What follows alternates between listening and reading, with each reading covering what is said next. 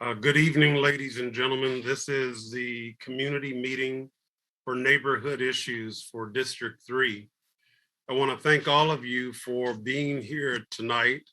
I know that there are other responsibilities that you have, but it's kind of you, important that you are here tonight for this particular community meeting for District 3. My name is John J Kennedy. I'm the council member for District 3, and we will proceed in a fashion that's very much similar to the flyer that you received. First, I'd like to unmute for an affirmation, Tina Rios Rowe. Tina Rios Rowe, an Apache woman and mother, also a project coordinator for the Office of Academic and Community Affairs at the new Kaiser Permanente School of Medicine. Please welcome Tina Rios Rowe. Thank you, Council Member. I will begin. Now is our time, District 3. We are empowered to express ourselves, to have a voice in our community. We appreciate ourselves and accept ourselves unconditionally. We forgive those who have harmed us in our past and peacefully detach from them. A river of compassion replaces any hurt with love. Self-love secures us and heals any discord or limited thinking.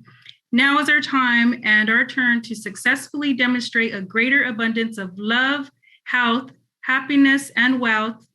We believe in the one all-sustaining power of good that governs our lives and affairs. We fully accept ourselves and know that we are worthy of great things in our individual lives and communities.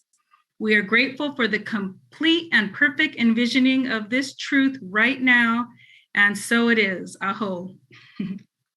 Thank you, Tina Rios Rowe. Now we will have the Pledge of Allegiance by the Blair High School Junior ROTC, led by Cadet Major Lillian Sanfilippo. Please stand if you are able.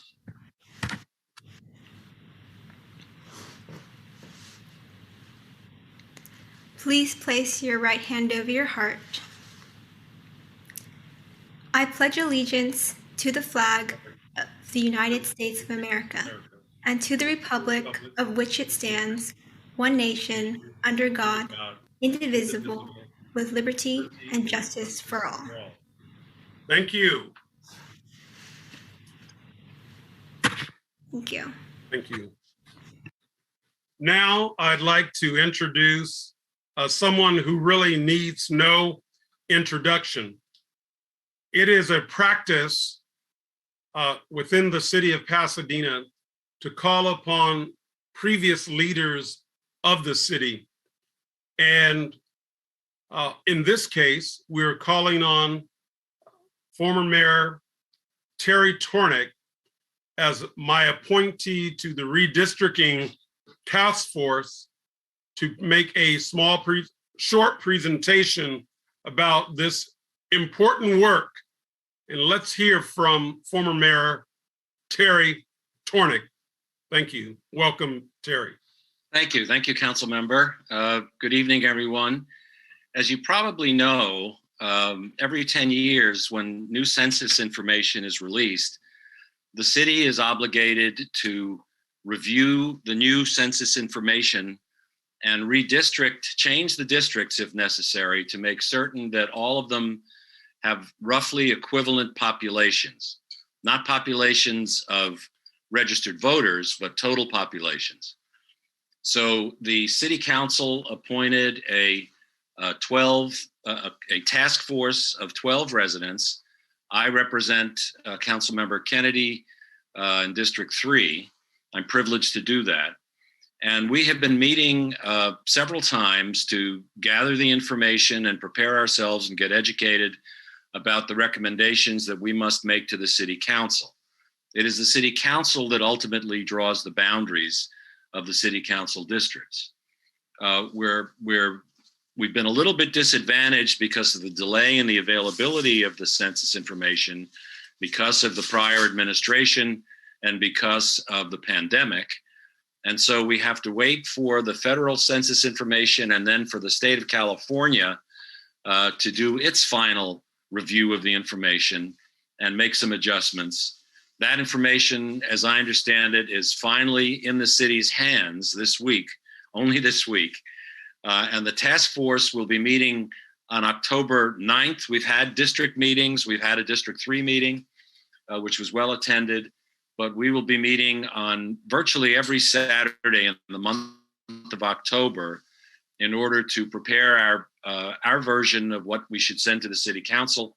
The City Council will review it in November. They'll have a public hearing, and then they must make a decision by December 15th so that the districts will be in place for the June elections, the June 2022 elections. So the time schedule is compressed. Some of you have undoubtedly been at one of those public hearings, but you're welcome to attend any of the public meetings that will be conducted again starting on October 9th. The important thing to know about the various districts is that districts 1, 2, 3, and 5 are below the what would be an arithmetical average for all of the districts. District 3 happily is not very far off the mark. There's a very minor discrepancy between District 3's population and what the standard would be. District 6, 7, and 4, particularly District 6, which is West Pasadena, are heavy. They have more residents than the average would propose. So there are going to have to be some adjustments. The City Council has expressed a preference not to do a wholesale remake of the 7 council districts, but there will have to be some adjustments, particularly as it relates to District 6, which has, like District 3, been a location for a lot of new multifamily housing. So if you have any questions about the process, any suggestions for the process, the city has a very well-developed website right at the City of Pasadena.net. You'll see a big blurb about redistricting. If you have any questions, though, you can direct those to the city clerk's office or to me. I'm happy to respond to any inquiries from District 3 and any suggestions. So with that, Councilmember Kennedy, unless you have anything else you'd like me to cover, that completes my presentation. I would only ask if you could stay with us. If you cannot, I understand. There will be questions at the end of the presentations from the various speakers tonight. We've collected those questions, and you also have the ability to send in questions to Susanna, who will forward those questions to me. Generally, if there is nothing profane, every question is attempted to be asked and answered. The next speaker, I want to complicate matters by saying, thank you, Mayor Terry Tornick, former Mayor Terry Tornick. I'd like to complicate matters by saying Assistant City Manager Julie Gutierrez, who is going to cover the updates related to the Robinson Park Recreation Center pool and pool house, has announced that she is retiring. Now, what's so interesting about her career, her illustrious career, she has been a city manager in a neighboring city, but spent the bulk of her career in the city of Pasadena. And I would just like to simply call her a faithful and accomplished leader. North prayer low. There do I see my father, and lo, there do I see my mother, and lo, there do I see my brothers and my sisters, and lo, there do I see my people back to the beginning, and lo, they do call to me and bid me to take my place among them in the halls of Valhalla, where the brave will live forever. As one era ends, another begins. We say an ode to Odin, my fellow Viking, to Valhalla, but not too soon. Your work is done here, but what more is for you, and lo, in the halls of Valhalla, you shall yet be.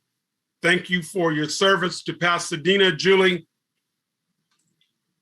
I am class of 79, and I know that you're a Viking not far behind me. So welcome, Julie. Thank you very much, Councilmember Kennedy. The Viking, yes. I might as well say my class. I was a class of 81. So we were in school together. So I want to thank you very much for inviting me, and I want to give an update on the new Robinson Park pool. As many know, we recently opened the remodeled part of the Robinson Park, but the pool itself needed to be refurbished and made beautiful, so it goes with the rest of the park. So we have a project in the capital budget, and I actually have a slide, a rendering of it. Chris, if you could show that. Great, thank you very much. So the scope of the work for this is really the whole replacement of the pool deck, and the pool equipment. We'll be constructing a new pool equipment and storage building as well, which is part of this project. The swimming pool, if you notice there, is a zero depth entry, which is something new for us. It's got 4 swimming lanes, and it has up to a 9-foot depth for lifeguard training. The pool building, we'll actually do a renovation there of the existing pool building to really improve the entry and exit sequence and update the locker rooms and the exterior finishes. We will also do a construction of a family rooms and deck showers. So that's really good. We'll also refinish the perimeter masonry security wall. We'll have a new pool equipment storage building. Like I said, repurpose the gym store. This is going to be really good. We're going to repurpose the gym storage room for a teen center with an exterior entrance from the park. One of the things this project cost is about $5.5 million. We recently were awarded an additional $500,000 from the county. I know Councilmember Kennedy spoke to Supervisor Barger in order for us to get the additional funds, but this has allowed us to do the teen center, and has also allowed us to do the new parking lot lighting. So there, we're really focusing on the security, and it'll have enhanced security as well as visibility. We'll also repair and resurface the parking lot, which is in much need of repair, as well as improvements to the storage shed.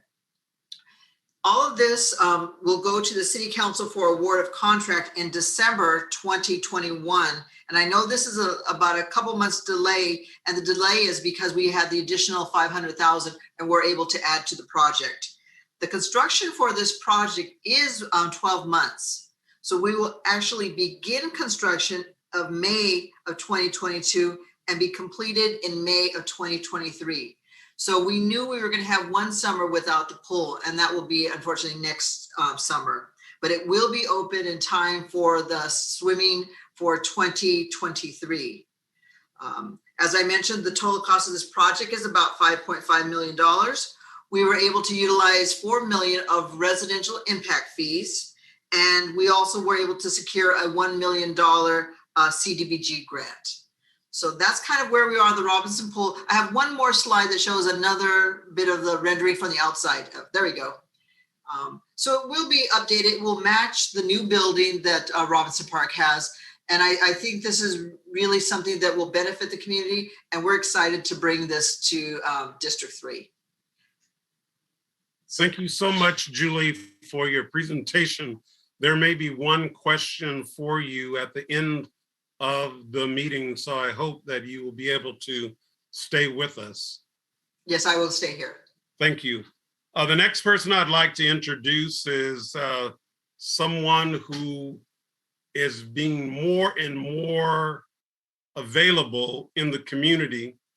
Someone who grew up in the neighboring city of Temple City.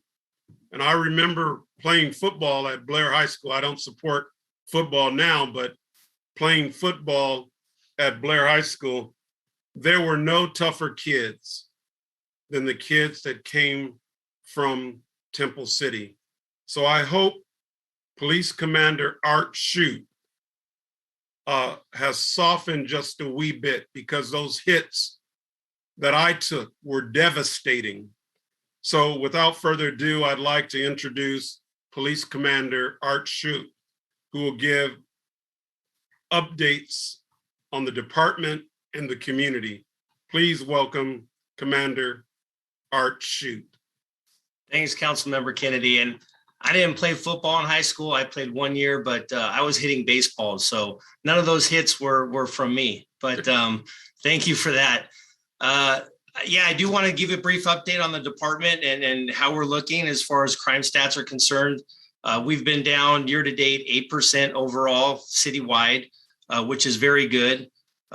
With that, as far as Council District 3 is concerned, crime stats look very good, unless clearly if you've been a victim. I know that it's always, stats don't mean much if you've been a victim, because it just means that you need help and unfortunately you were victimized. But stats look overall very good. There have been a little increase in vehicle burglaries. So with that, I ask all the residents to make sure that you bring in your belongings. If it's something that you feel you need to keep in the car, put it in the trunk, lock it in the glove box, but clear your car out in the evening from belongings to prevent any types of thefts. And that goes around the house as well. There have been an increase in thefts in general. So the more that you can lock up and or keep out of sight, making sure your doors and windows are locked, it prevents any type of crime in regards to thefts.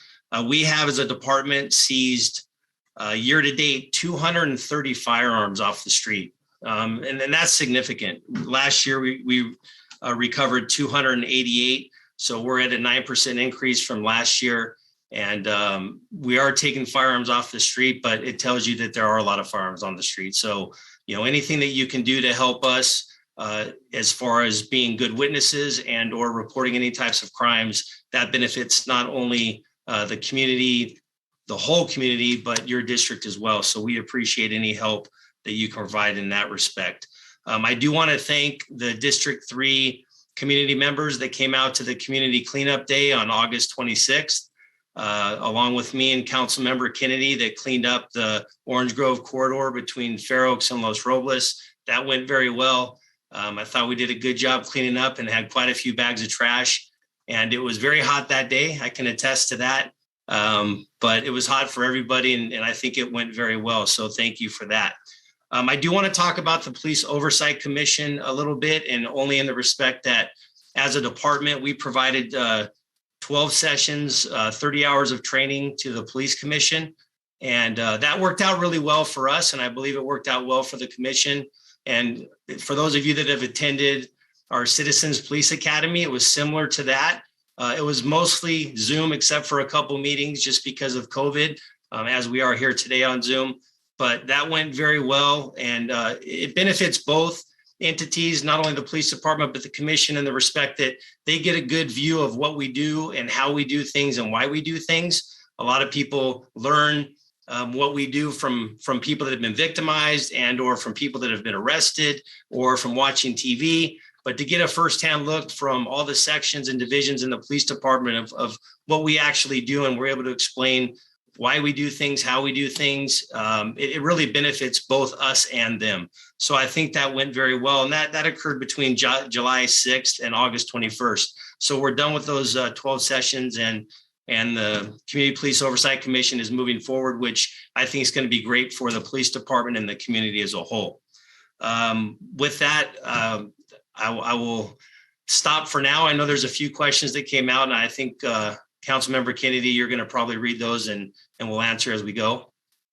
Yes, Commander, if you will tell the District 3 community on the call, what are your responsibilities for the Pasadena Police Department? Absolutely. So I'm the patrol division commander, and patrol division consists of all of patrol operations, all the community service areas.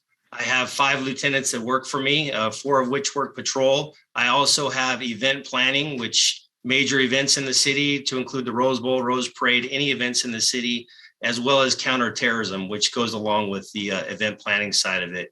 I have the FTO program, the K9 program, and it's a busy desk, but rewarding. So, you know, any officers that come out in patrol cars respond to any calls for service that you see driving around, for the most part, are under my division. So it's rewarding and challenging as well. So I do enjoy it.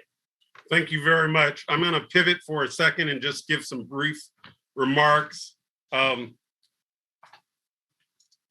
We will be facing several transitions in the city of Pasadena, and we must have residents involved.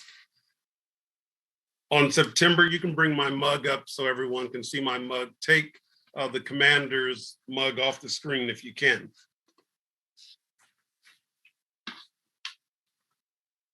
On September 3, 2021, in an effort to address various issues along North Fair Oaks, Pasadena staff and I walked around Jackie Robinson Center, St. Barnabas Church, Wheeler Alley, Robinson Park and Recreation Center, Morton Avenue, Calvary CME Church.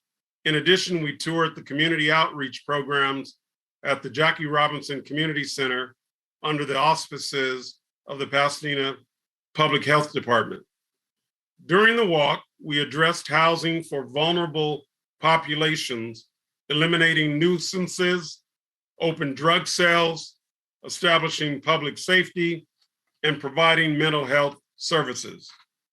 Among the professionals participating that morning were Brenda Harvey Williams, Director of Recreation and Community Services, LaWayne Williams, no relation, Recreation and Community Service Superintendent, longtime city employee Lola Osborne, Deputy Director of Recreation and Community Services, Dr. Ying Ying Go, Director of our Health Department, Manuel Carmona, Deputy Director of our Health Department, Israel Del Toro, Neighborhood and Business Services Administrator,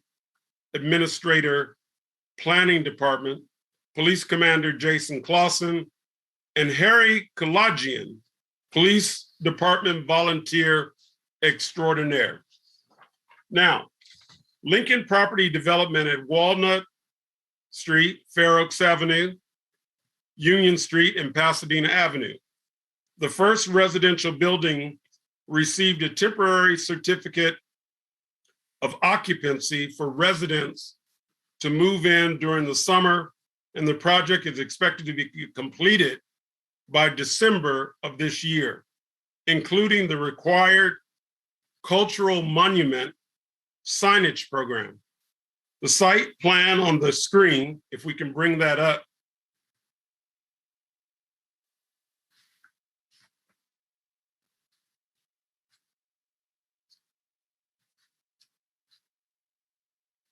the site plan on the screen, squint, I understand that you will have to, pays homage to recognize African Americans, Japanese Americans, Latino Americans, and other minorities who had their properties taken from them by the city of Pasadena under the guise of urban renewal. The history will be told in storyboards, on walkways, and on walls within the new development. And we just want to acknowledge all those who had a hand in the design, including Wayne Hunt of Harvest Moon Studios and a host of other professionals, including Rochelle Branch representing the city of Pasadena. So when it's all said and done, I hope visitors, residents, business folks, friends of Pasadena will walk through that development and see the storyboards for representing this history, a history that we will never forget, a history that will not go away, but is here to educate. The Sunset, going to another project, the Sunset Complex is a water issue here. California is in the middle of another drought with water supplies reaching historically low levels. With water supplies becoming scarce, the city of Pasadena is looking to address aging water infrastructure and improving local resiliency. The Sunset Complex project will aim to increase the use of the city of Pasadena water supply, reduce reliance on imported water, and restore the city of Pasadena's storage and system reliability, and to help ensure that all of the residents of the city of Pasadena will have clean, potable water. This project will also aim to improve the aesthetics of the Sunset Complex. And you can see the existing complex that has been mothballed at Sunset and basically perpendicular Glorietta. I just want to say a brief comment about the Housing Task Force. Mayor Gordo impaneled a group of distinguished leaders of Pasadena to help us deal with the housing crisis. And so we're going to be looking forward to that leadership, particularly as it relates to the homeless. How do we house people who do not have a home? How do we finance that so they too can enjoy all of Pasadena? I also want to mention the American Rescue Plan Act, Appropriations. As you know, the city of Pasadena received $26 million from the federal government, really in part because of the devastation of COVID-19. That $26 million, the bulk of which went to pay down the debt at the Rose Bowl. But another $26 million is due to come to us hopefully late this year or early next year. And I'm hopeful that all of you will have an opportunity to give your input on how those dollars need to be spent in our community. And then I want our district particularly, but really the whole community to know that I continue to press for the completion of the investigation by the district attorney's office of the officer-involved homicide of Mr. Anthony McLean.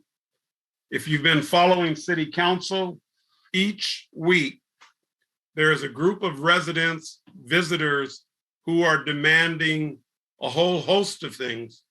But the first thing we must have is a complete report in order to move forward, move this community forward. So I'm hopeful that report will come to us soon. The city of Pasadena has no control over the report, but it must come as we'll all benefit, we hope, from that report. Now, let's continue and welcome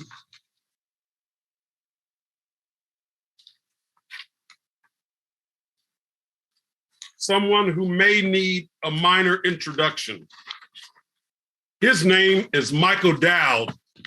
He comes to us as an attorney who practiced for a region just east of here called San Bernardino. For all measure, objective measure, he has been doing an extraordinary job for the city of Pasadena. He is the city prosecutor, diversion program coordinator, And please welcome City Prosecutor Michael Dowd.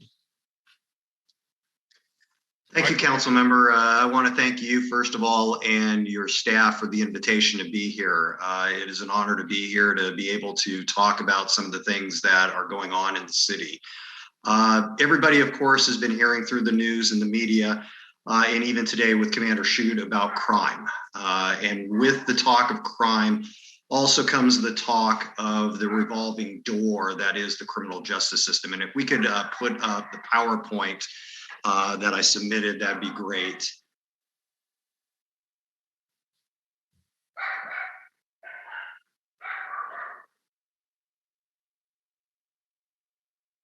And if we could move to the next slide. This revolving door of the criminal justice system is otherwise known as recidivism, which of course is an indication of how prevalent crime is and also an indictment of our current system. A system that does not in fact address the underlying conditions which in fact prompt criminal activity, where we end up with the same people committing the same crimes or committing even worse crimes over time, in which the underlying cause for that crime is not addressed whatsoever. Over the last 30 years, the state of California has in fact, each and every one of those last 30 years, had the highest recidivism rate in the entire country. It is even worse than that.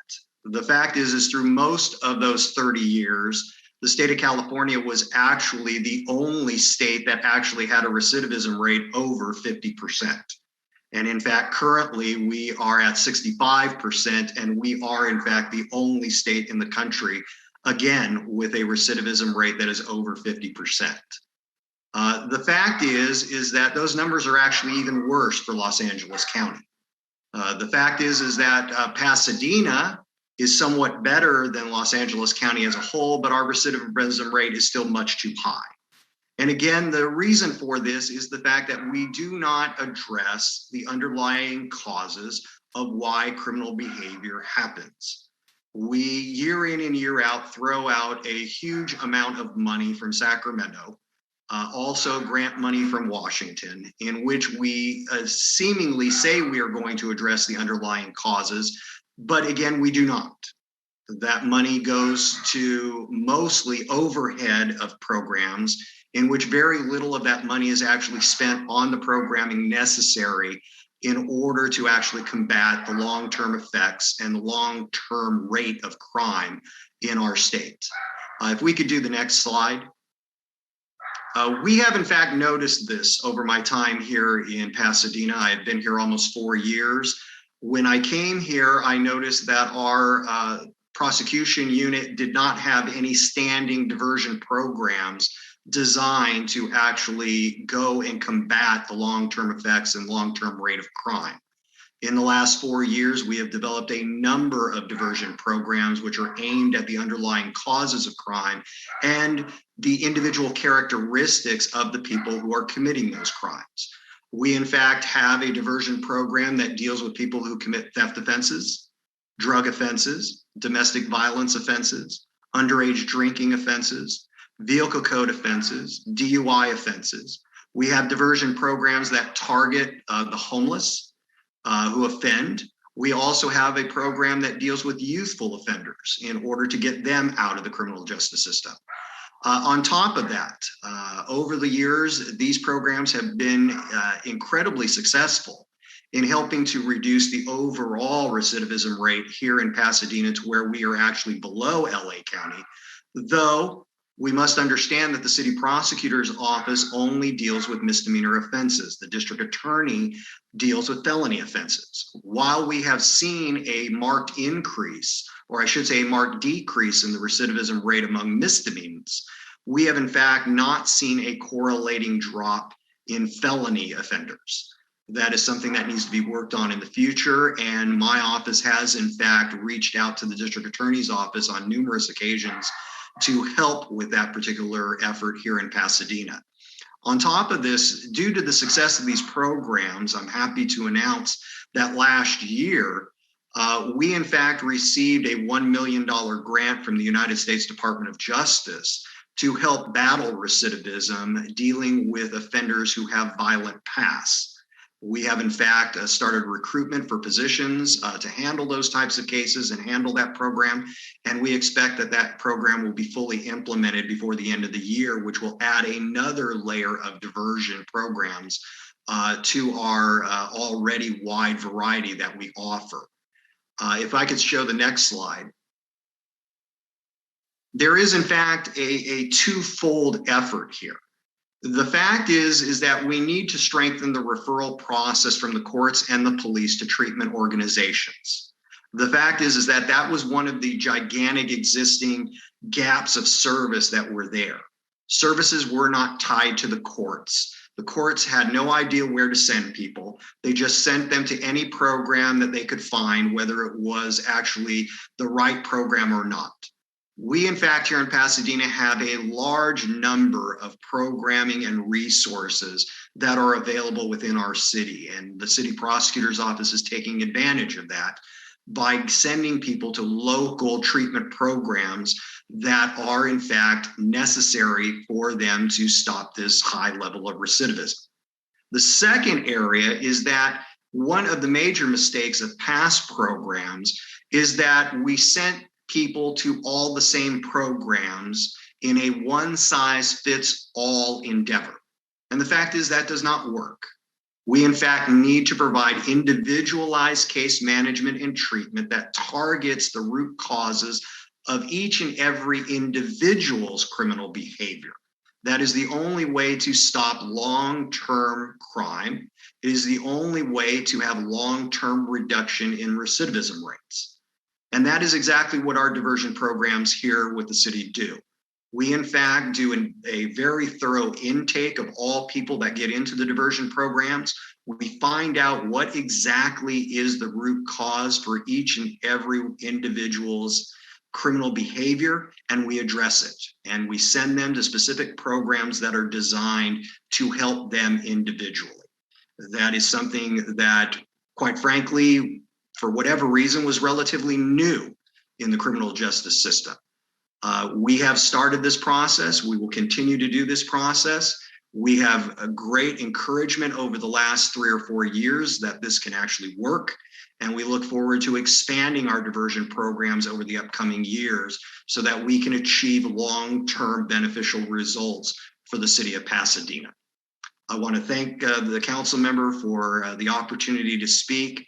And I am available at any time tonight or even in the future. People can call or email me to get more specifics about what we're doing with the city prosecutor's office. So thank you very much, council member. Thank you, Michael. Appreciate what you do day in and day out. I would like to acknowledge that the city attorney, city prosecutor is in Sacramento representing the city at the annual League of Cities meeting and is watching from there as her chief assistant. You, prosecutor, presented the diversion programs in her office. That's Michelle Bill Bonaris. Even though I never get the last name correct, I pretend that I'm pronouncing it correctly. Thank you very much. Our next person presenting comes to us from a northern state, I hope.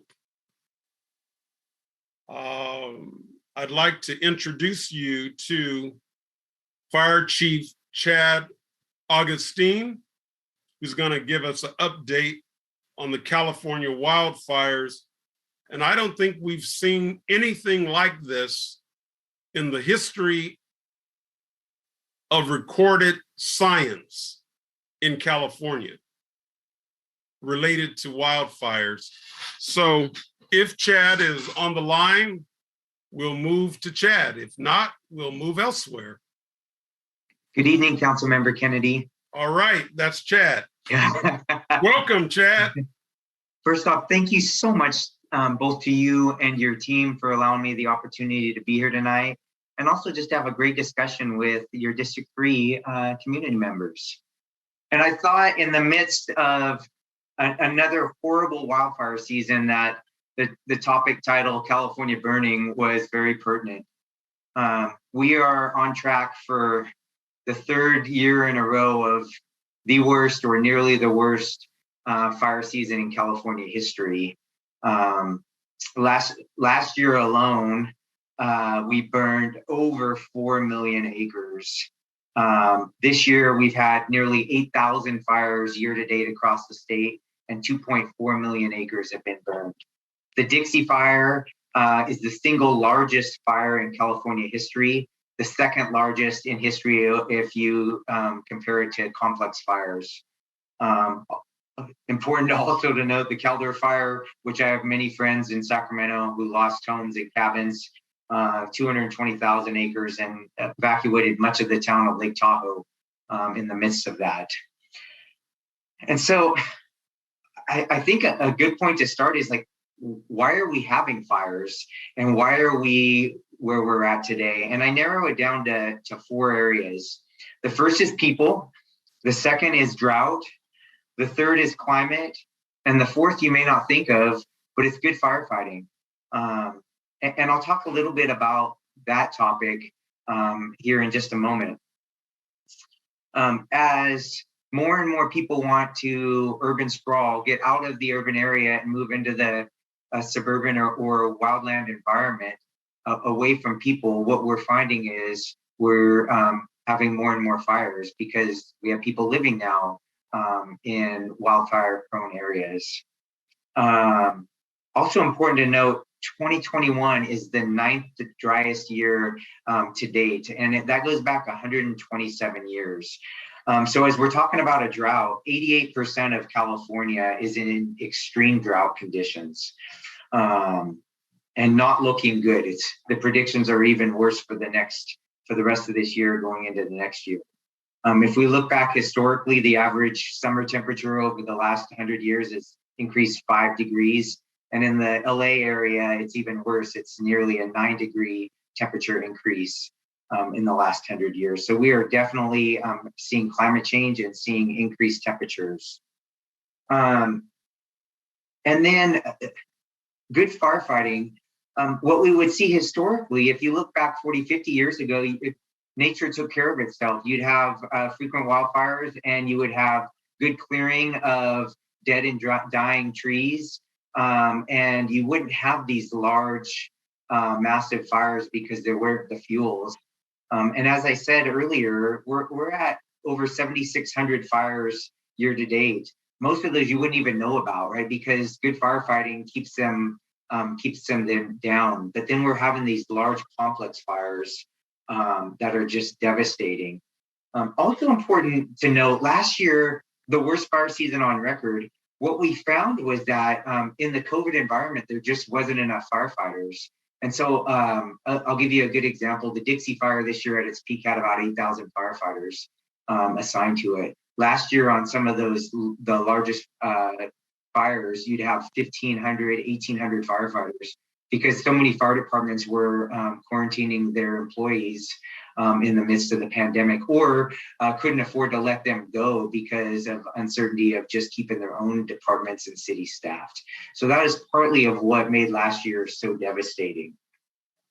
So switching, I want to just talk a couple things about what emerging technology is there to help us with firefighting. Here in Pasadena with Caltech and JPL, we're in the center of the universe for technology. But much of what we do is fight fire the same way we did 50 years ago. There is some pretty interesting technology coming out with the use of drones that gives us really good intel of where the fire is going. Also, thermal heat detection and our artificial intelligence. And what that does is really we can see from space fires as small as a couple feet in diameter, and it gives us earlier detection. And then the one that I'm really excited about, because every time we turn around, we hear that PG&E's lines were responsible for another large fire, is they have what's called distribution fault anticipators. And PG&E just purchased a large sum of those. And what they detect is circuit anomalies. And they're able to deactivate their lines before a fire even occurs. And that's where we need to get to, right? When we can have prevention, because we know that there's that, especially if we're talking power lines, things are going to happen, trees are going to come down on power lines. But if we can take the power out before a fire occurs, then everybody wins and we keep our community safer. So let's switch to home and talk about what Pasadena Fire is doing, both to assist up and down the state, as well as keep our community safe. As we move into the fire season, we do 4,000 inspections every year in our high hazard vegetation areas. And that means we go door to door, and just with the emphasis on prevention and education, working with our residents to make sure that their homes are safe in case of a fire. And that's something that's unique to Pasadena, because we sure didn't do that where I came from. And that's a testament to your firefighters here and just the commitment to the community. We do annual training every year with our partners all throughout the region in the latest wildland firefighting techniques, which is great because we know that if we have a large fire here, it doesn't matter how big the agency is, no one agency can handle a large fire. And so we need to be able to work together and share those resources. We've done a tremendous amount of education and prevention. And then we've been working in the Linda Vista area on an evacuation plan. When I moved here, coming from Northern California, the west side of town is my version of Oakland Hills, which, as many of you remember, in the early 1990s had a devastating fire. And so we really want to make sure that in areas that are high hazard with poor access and egress, that we're all on the same page to make sure that our community is safe. And we expect to have a draft of that completed here in the next 2 weeks, and we'll start doing community town hall meetings to solicit feedback. And then a couple other things to note: Pasadena Fire up and down the state has been assisting in some of our large fires. We have resources out on 2 different fires right now, and I probably get 5 requests a day to send resources. Our staffing is not at a point where we can meet every one of those demands or requests and continue to keep our staffing here. We keep Pasadena as our #1 priority, but we do provide assistance wherever we can. And then also important is that we have master mutual aid assistance and agreements, which in this area is fantastic because we have agreements with the Forest Service as well as CAL FIRE and LA County. And what's that provide us? It provides us hand crews and most importantly, aerial assets with helicopters and airplanes that can drop water within minutes and really limit the spread of fire, especially in the areas that are difficult and challenging to get firefighting crews. And then finally, what can you do to assist? We talk about a defensible space, and that's probably the most important thing you can do. We say 100 feet optimal, 50 feet at a minimum, but 100 feet defensible space around your home. You want to make sure that if you have trees in your front or side yard, backyard, that they don't have limbs hanging over your roof that could cause fire spread. You want to have trees and limbs 10 feet off the street so that our fire engines can quickly and efficiently get to your address. Some of those big limbs, if they're overhanging the street on narrow roads, can make it really challenging for us to quickly get to your home in the event of a fire. Make sure you have a go bag. And what I like to say is you need to be self-sufficient for 24 to 72 hours. And just a few items to consider: cash, food, water, a change of clothing, medications if you take medications. And myself being an animal lover, don't forget about our furry friends.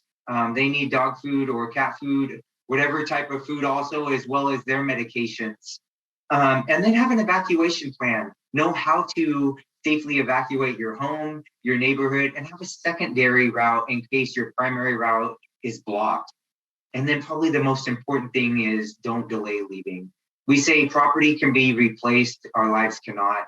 And sometimes we think, I have a few more minutes to grab a few more things, I'll have time, and those minutes are precious. So Whatever you do, do not delay leaving. And with that, I'll close and I'll stay on, Councilmember Kennedy, for any questions at the end. Okay, I want to prep you for one question now, and that is employee safety related to a chemical called perfluoroalkyl and perfluoroalkyl substances, or PFA, ubiquitous class of chemicals, the stuff that makes Teflon slick and Scotch Guard stain resistant, but also apparently changes the body's hormonal functions and apparently has a link to cancer. So in a couple minutes, we'll be asking you about that as it relates to Pasadena fire. And if you're not prepared to give a brief answer tonight, we certainly would like you to do that as one member of public safety later. So thank you again, Chief Augustine. And that was a very informative presentation. Thank Next, you. Keeping moving, because we have to definitely allow for questions and answers. Water and Power Acting Electrification Program Manager, Evan Johnson. Transportation Electrification Updates. Welcome, Evan Johnson. Sir? Thank you very much, Councilmember Kennedy. Appreciate your time today. If you could please bring up the PowerPoint for me, Chris.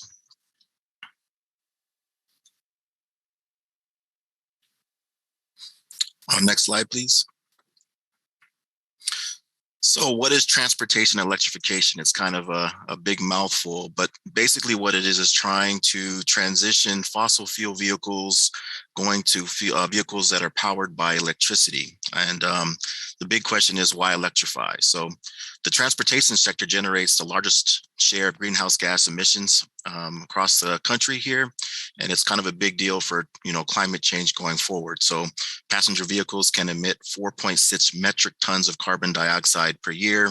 Electric vehicles are a green alternative. That's an easy way to kind of help change the tide of climate change.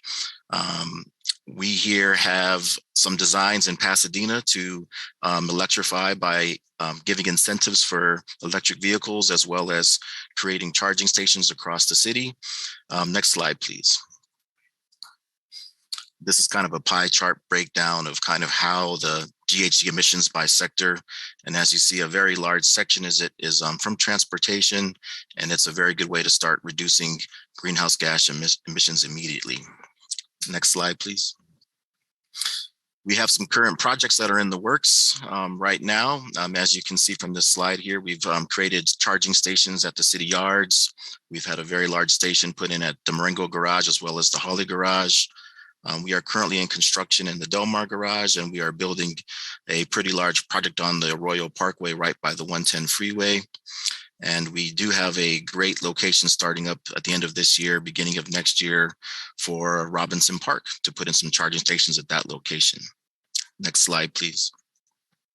Here is a picture update of kind of the progress that's being made at the Arroyo Eevee charging depot. This is a great transportation corridor where people will be able to charge before they leave Pasadena to head out off of the 110 freeway going south. Next slide, please. Here is our current Marango rooftop garage charging station. It was a joint project that was done between Tesla and Pasadena Water and Power.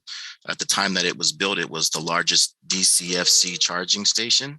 It remains a great place to charge today for anyone that has an Eevee at the moment. Next slide, please. As you can see from this slide, the Water and Power owned stations have been seeing increased use this year. There was a kind of a tapering off during the coronavirus pandemic timeframe, but at the beginning of this year, it's been really ramping up as far as the number of charging sessions per month. Next slide, please. Here are a current list of current charging station locations that are located in Pasadena. As you can see, there is a major kind of station outreach here in the middle, like kind of Colorado Boulevard. And what we're trying to do is trying to expand the locations of charging stations to reach all districts in all areas, including north of the 210 freeway. Next slide, please.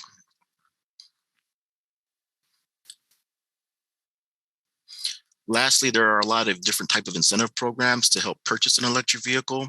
There are some state and federal incentives, as well as incentives from Pasadena Water and Power. So here are some of the locations where you guys can find links to achieve those rebates and grants. And we have plenty of opportunities to talk and discuss about more ways to electrify. You can always email the City of Pasadena at electrictransportation@thecityofpasadena.net. And that would be it for me. Thank you. I want to thank you, Evan, for being here. I must say that how you are situated wherever you are, you could be some extraordinary DJ. If that's how you appear. But certainly the presentation, I believe, is helpful to District 3 residents. And we need in District 3, obviously, more charging stations. Good to know that they're coming to Jackie Robinson, to Robinson Park. Robinson Park. So that's good news. Again, thank you. I hope you'll be able to stay on just in case there's a question for you. We'll be wrapping up in about 30 minutes. Thank you. I will stand by. Thank you so much. The next person I'd like to bring to the table is Water and Power Principal Engineer Michael Lynn, who will talk about the Sunset Complex project. And for me, someone who grew up in Pasadena and drank the water from that particular reservoir, I have major concerns that I will not address here tonight, but major concerns. And thank God that we are investing in renovating that facility. So welcome, Michael. Thank you, Councilmember Kennedy. Before I start, I believe, thank you for the opportunity for me to talk about the Sunset Complex project. Chris, could you bring up the slides?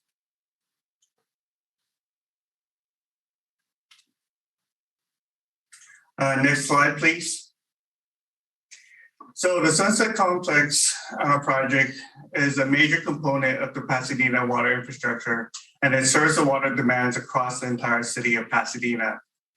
The existing Sunset Complex serves approximately 25% of the city's water demands.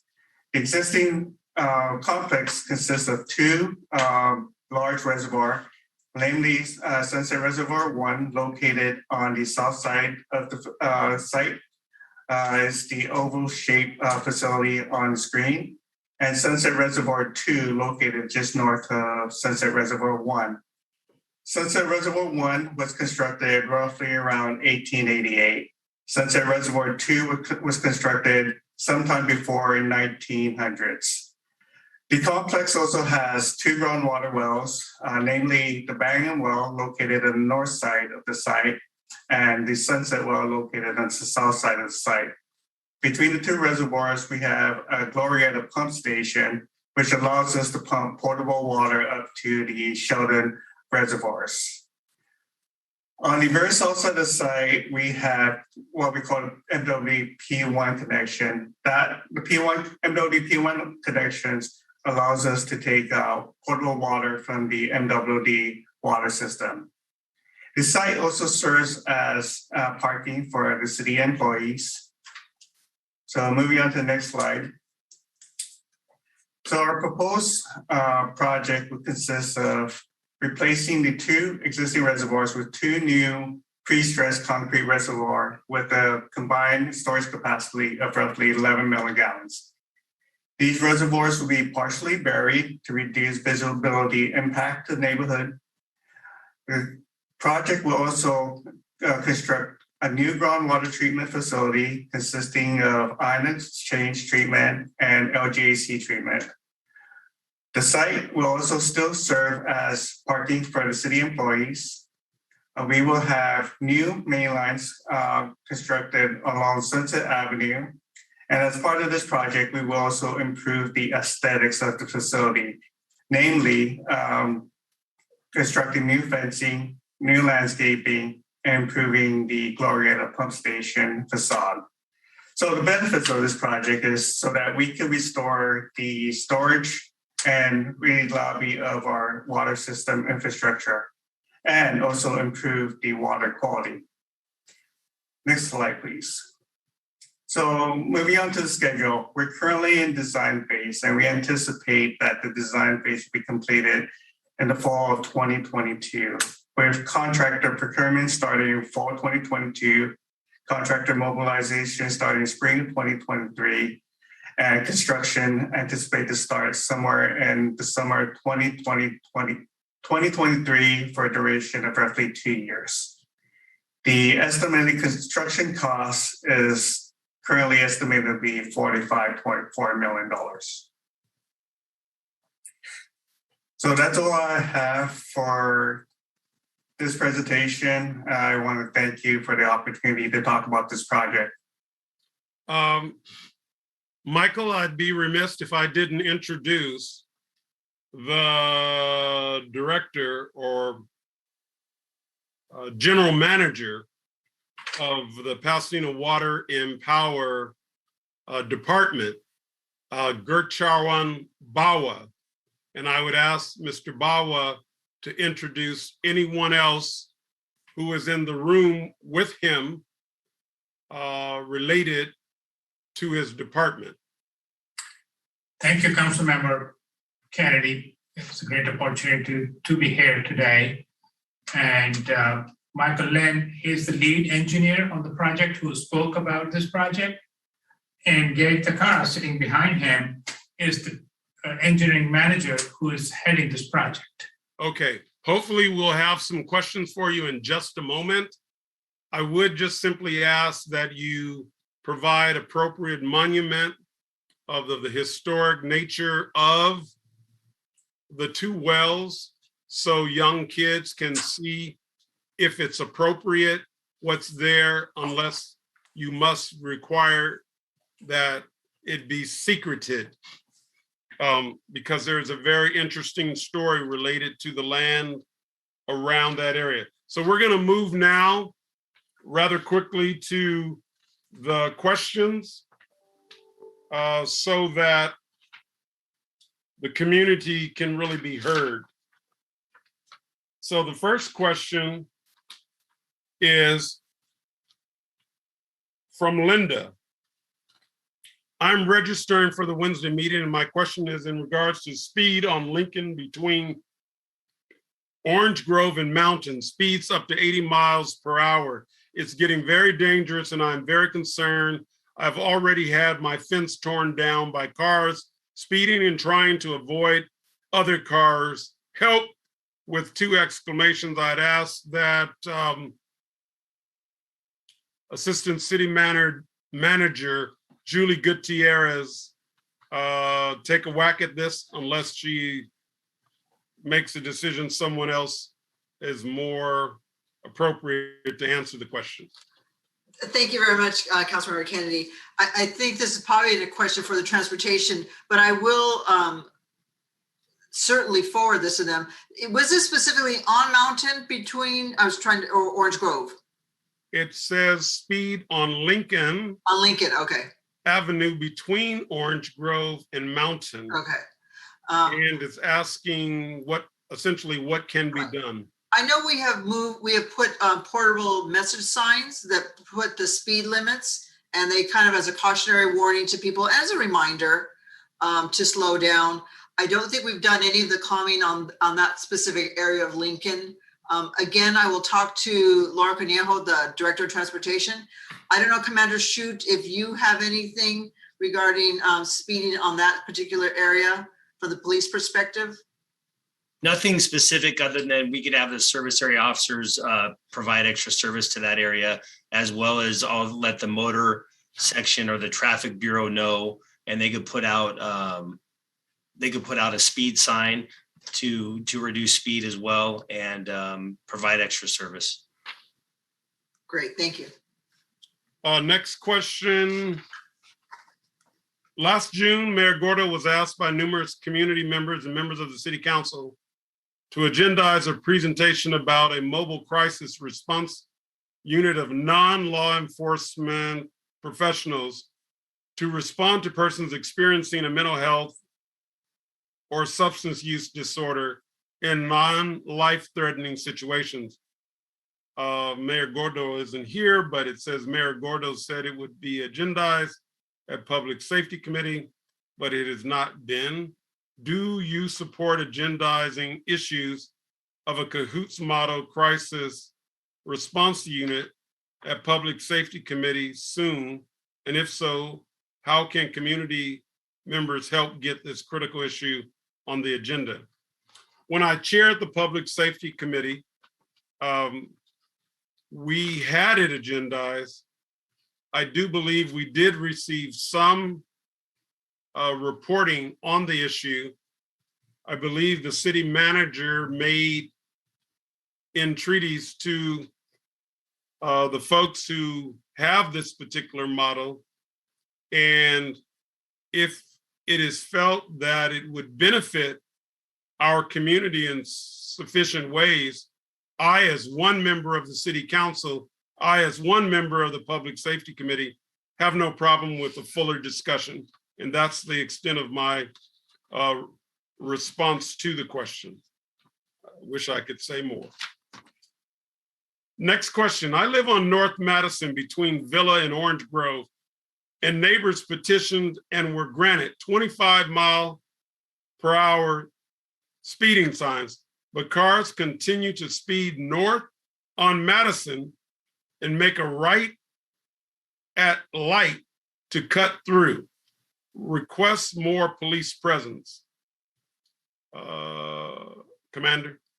Yeah, again, as in Lincoln, the community service area officers, I'll have them provide extra service as well as traffic. I'll make sure that I get these messages out as soon as we're done with this meeting. Thank you very much. Resident concerned over the 99-cent store homeless population, trash on Villa. I might add that my office has been working with staff to address many of the homeless issue, cleanliness issues at Los Robles, Villa, and in that area. So there has been renewed attention to that area.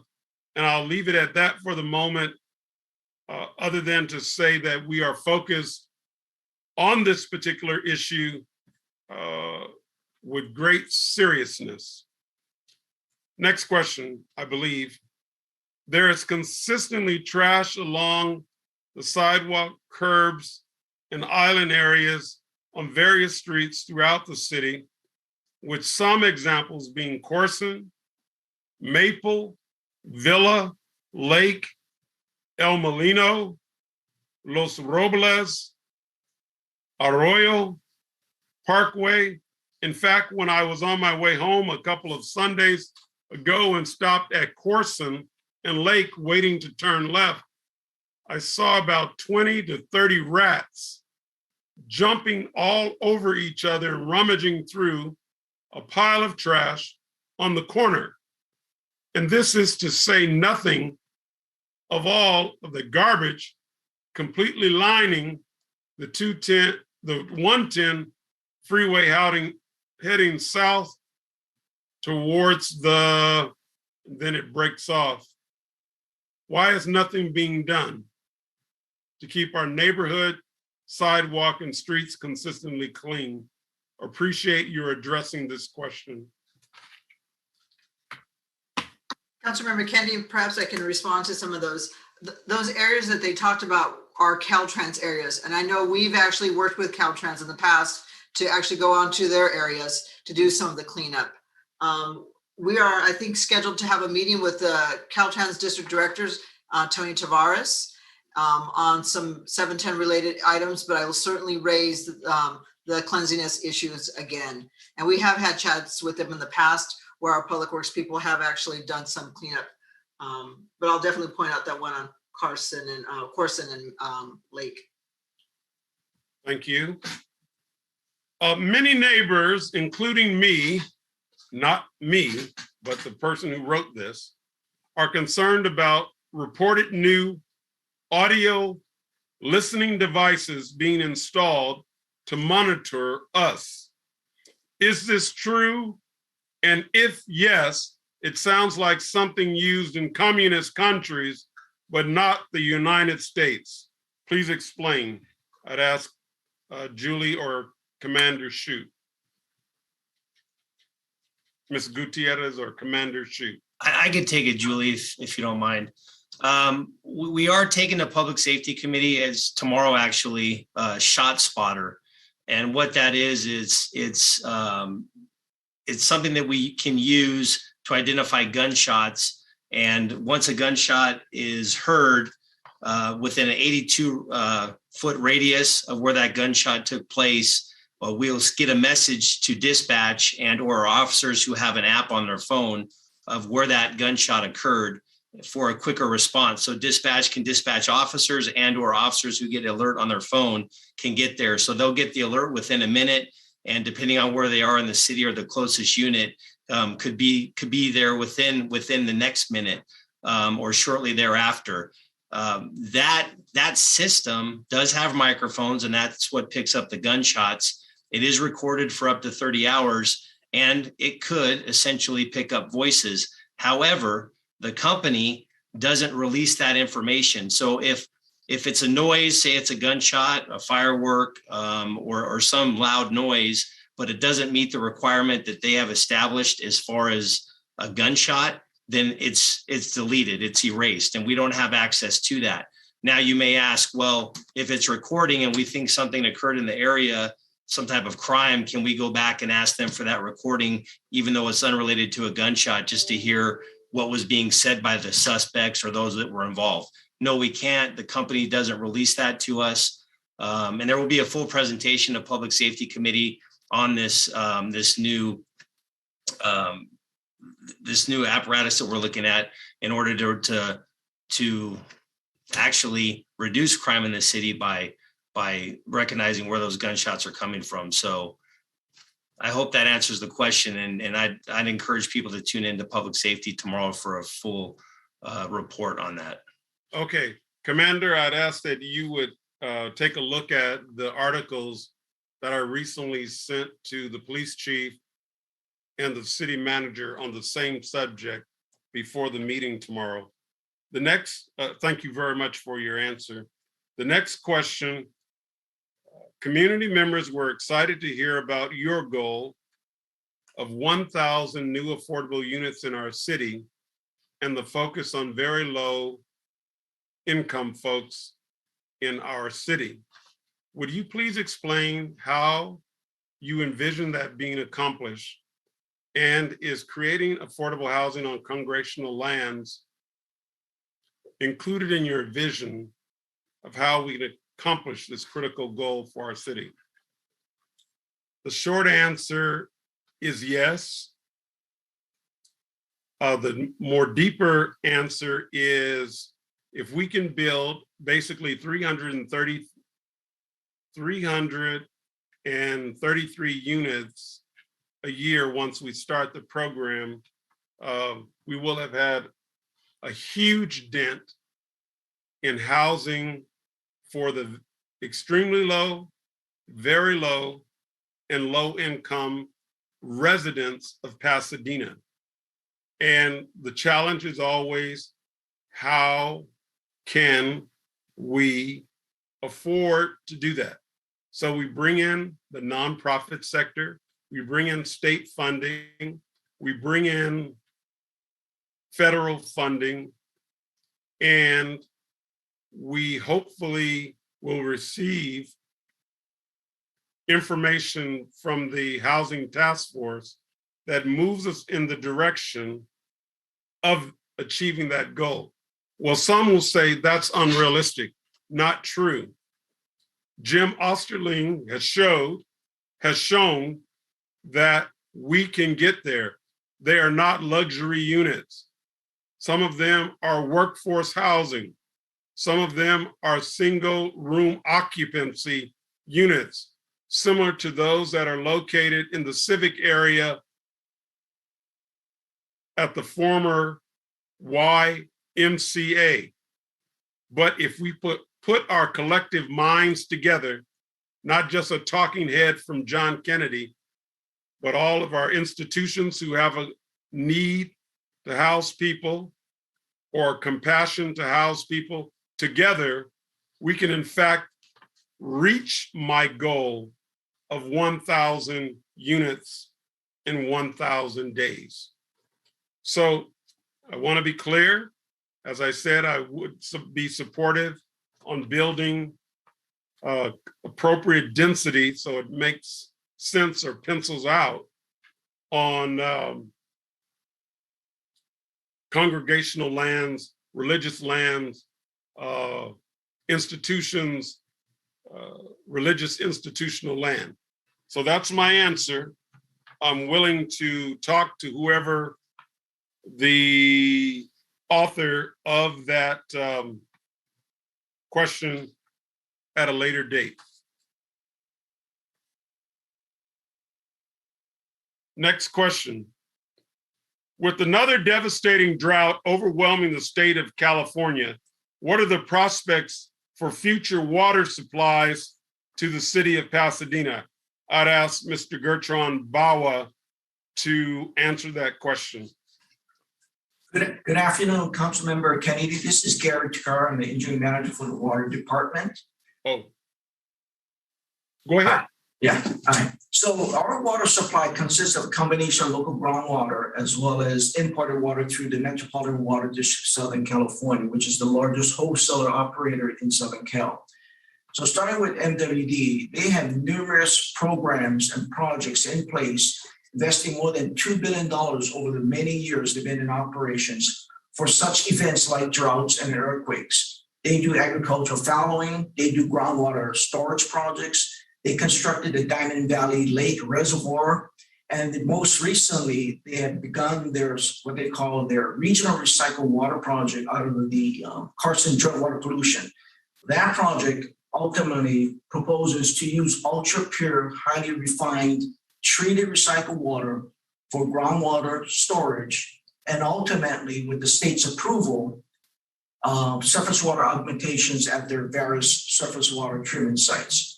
At a local level, we have been working on our water system and resources plan, which identifies numerous research projects, such as the Arroyo Canyon project, which helps to improve our intake structure in the Arroyo, taking advantage of those critical storm events and using that water for groundwater storage.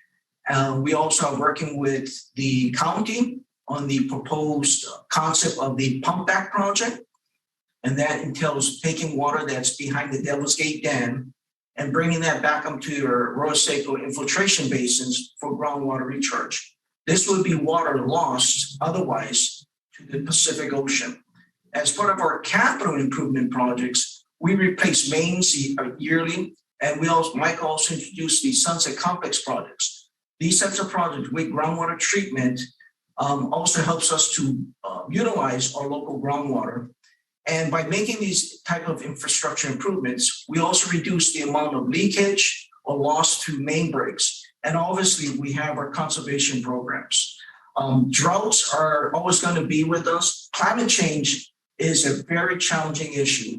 And we're working closely with our other pumpers. Metropolitan works with numerous agencies, as well as the federal and other states, for looking at identifying other alternatives for water resources.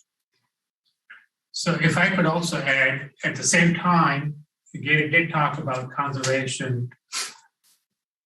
One important element that we all, whether we live in Pasadena or we come to work here, we will have to learn will be to use less water. There will be a robust discussion on this subject on September 28th at the Municipal Services Committee meeting.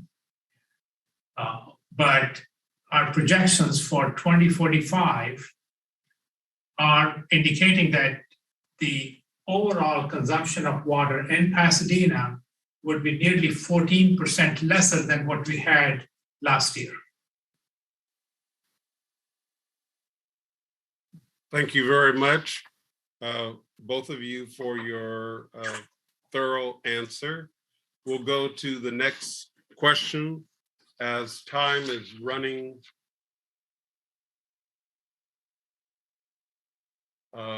short. With the lights installed in the Robinson Pool parking lot, will there be security cameras also installed? There is quite a bit of gang activity on Morton near the parking lot. Who would like? I can go ahead and take that one. Thank you. At this time, I do not believe the project that we have for the expanded of redoing the parking lot includes any security lighting. We're actually doing repaving out there and we're putting in new lights. But at this time, it does not include security cameras. I do know that when we built the brand new building, we did put some security cameras there. But at this time, this project does not currently have that. Since the pool faces, in some respect, Morton, I'd like to know, Assistant City Manager, what would the cost be if we were to provide what the writer of this particular question is requesting? What is the cost? And I'll do my very best to find the cost if it makes it a safer environment for our residents and those children who are swimming at the Robinson Pool. I will look into getting a cost for you. Thank you very much. The next question is, we keep hearing souped up cars racing up our street and spinning circles in the intersection, 1/2 a block from us. Are you aware of this dangerous situation? And if yes, what is the city planning on doing to stop it? As a council member for the district, I'm aware of what we quote unquote call donuts. Those donuts even occur in our civic center, which is very close to the Pasadena Police Department. And you will see occasionally those donuts right in front of our iconic City Hall. I know this is a problem, and I would invite Commander Shute to at least address the question, even though I know it's somewhat seemingly intractable, but we can find solutions.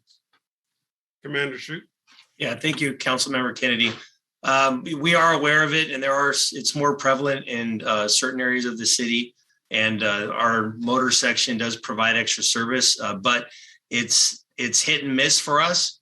By the time it's reported and we get there, they're gone. It's almost like fireworks.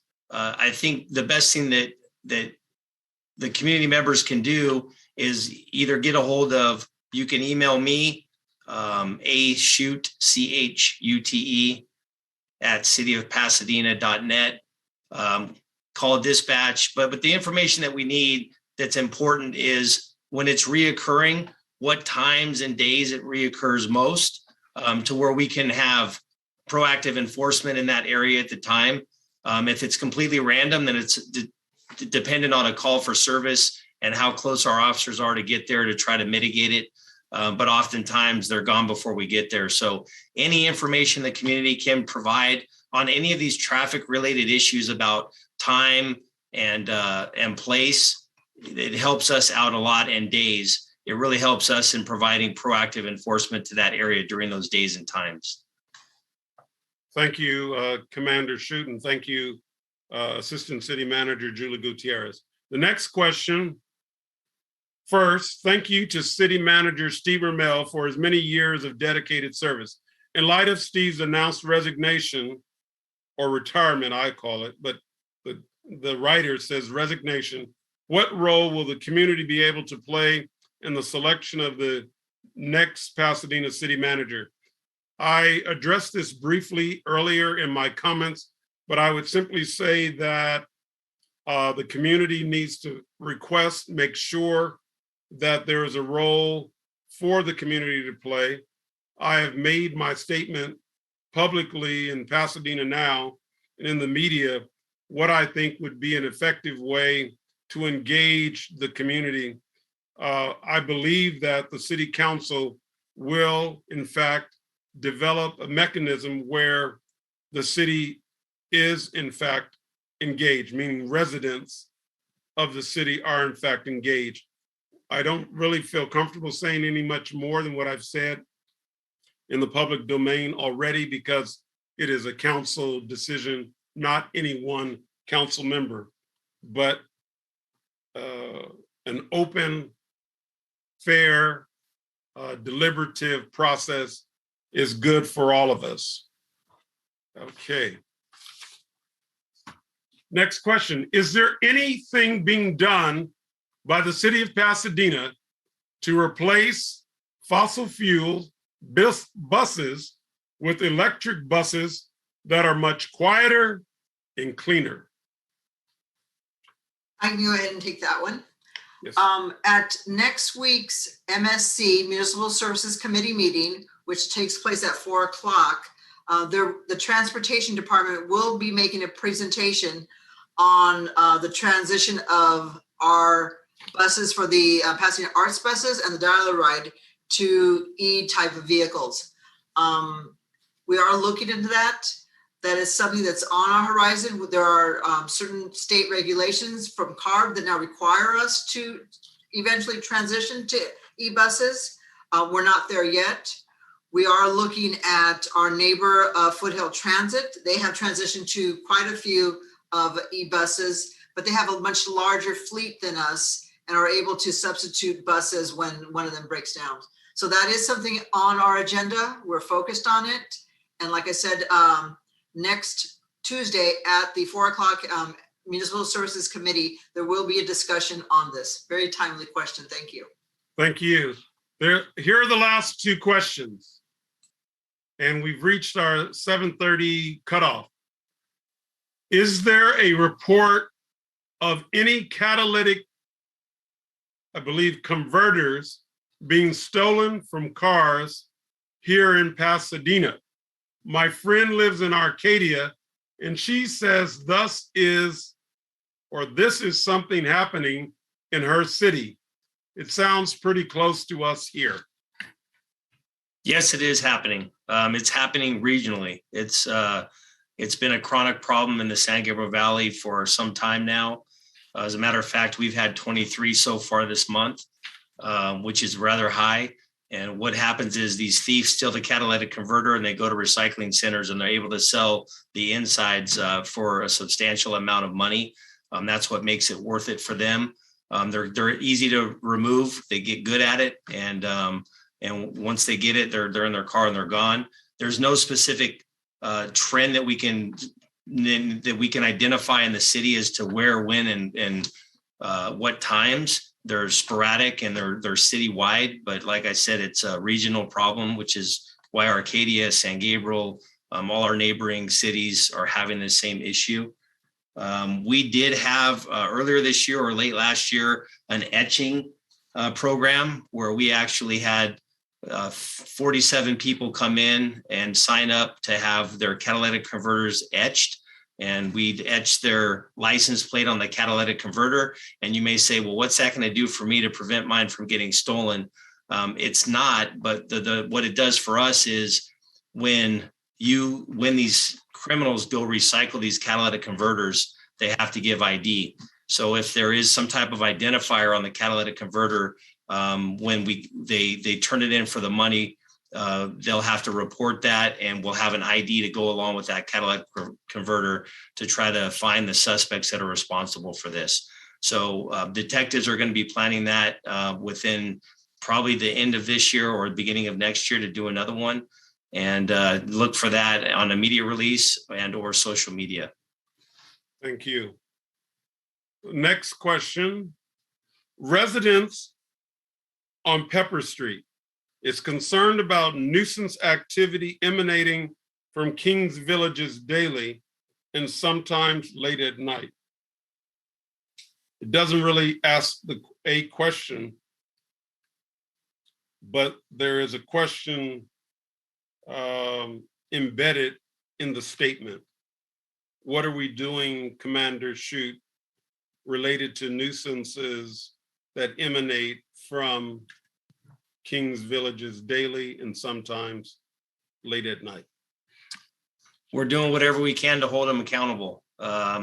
We do have resources out there. We have park safety that's in a park right across the street that's out there providing extra service. We have our undercover assets out there on certain days and times to prevent any type of activity or gang activity in the area, as long as with extra patrols. That's community service area 2.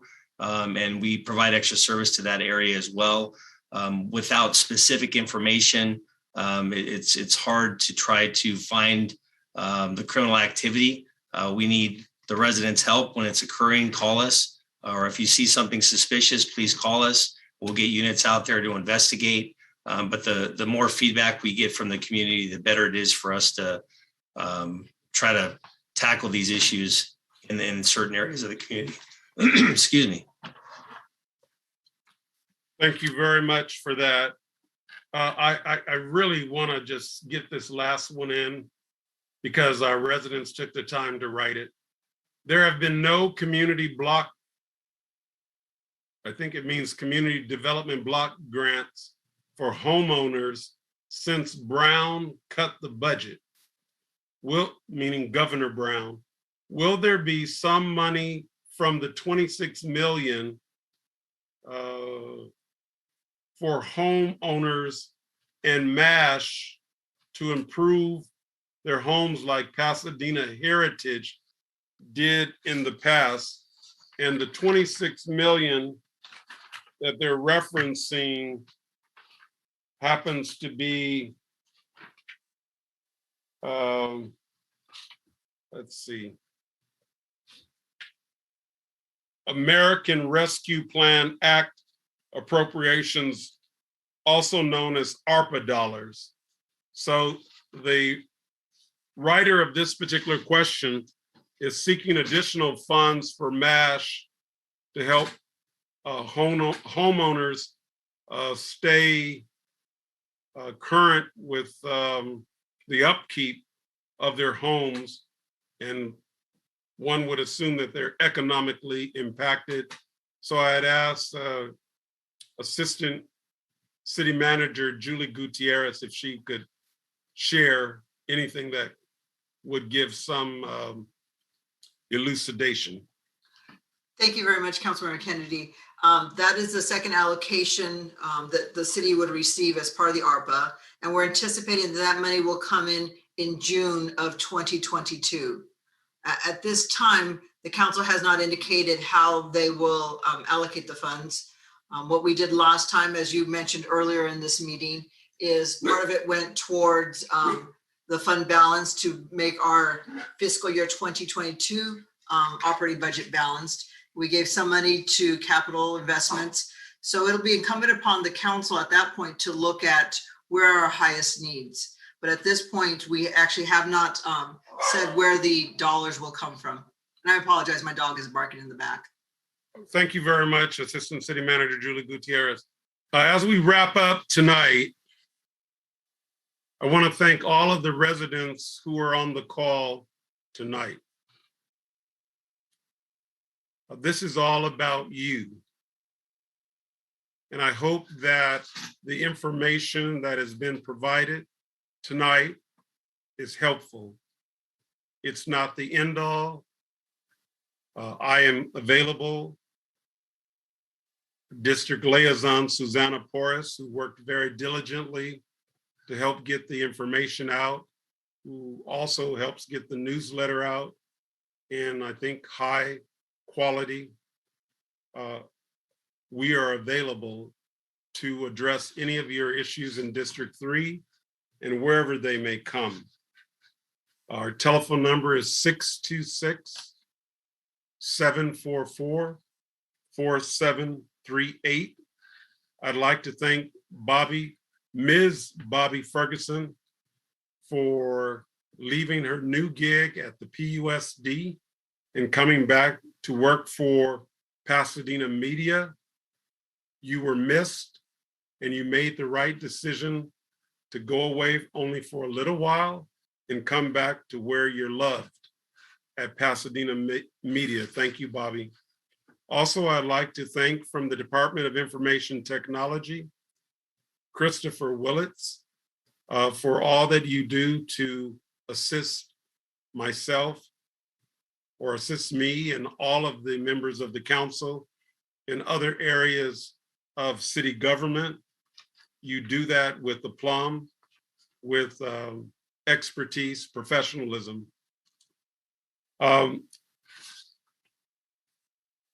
would ask that each member of the body, those who are viewing this from your homes, and those who participated tonight would stand for 20 seconds to acknowledge all of our neighbors, friends, relatives, people we don't even know who have succumbed to the wretched virus known as COVID-19 and its progeny, including Lambda, Delta, and Mu, M-O-U.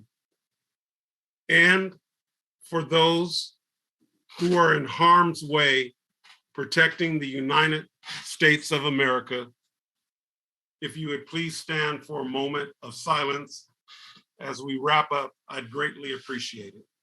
Thank you.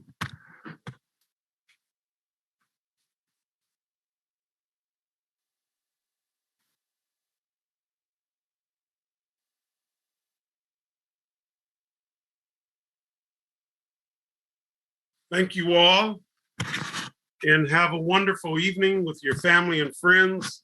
Stay safe. Remember to wear your mask. It's important, no matter what others say. Follow the science, not the fanatics. Follow the science, not the fanatics. God bless you one. God bless you all. Good night. Thank you.